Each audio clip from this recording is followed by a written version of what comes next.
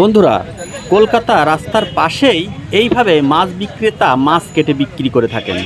তো আসলে ক্রেতাদের যেটুকু প্রয়োজন সেটুকু কেটে তারা কিনে নিয়ে যেতে পারেন।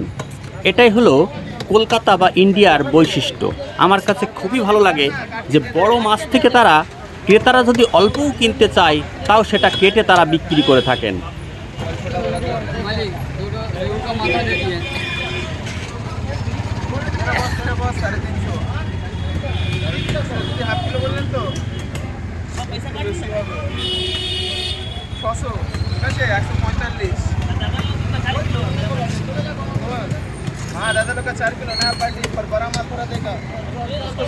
এখানে দেখতে পাচ্ছি অনেক ক্রেতায় দাঁড়িয়ে আছে মাছ নেওয়ার জন্য, এবং বিভিন্ন ধরনের, আপনি যদি মনে করেন ডিম কিনবেন ডিম নিতে পারেন আলাদাভাবে, যদি মনে করেন যে মাছের মাথা কিনবো তো মাথাও আলাদাভাবে কিনতে পারবেন, লেজা আলাদাভাবে কিনতে পারবেন, পেটির মাছ আলাদাভাবে কিনতে পারবেন। এইভাবেও তারা বিক্রি করে থাকেন।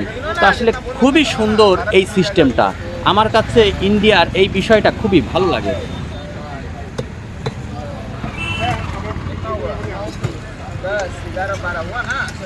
मालिक 2-3 रेहू का माथा दे दिए। लाइए बस 30 रुपये लाइए।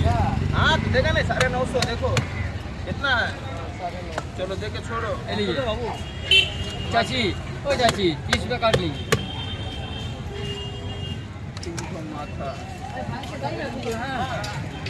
আপনাদেরকে একটু দেখাই, পাশেও আরেকটা মাছের দোকান আছে, এখানেও মাছ কেটে বিক্রি হচ্ছে এবং সবজির দোকান আছে।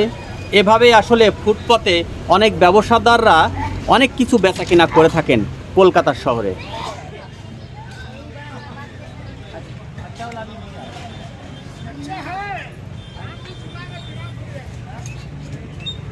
আসলে এটা কলকাতা রাস্তার পাশে সস্তার মার্কেট।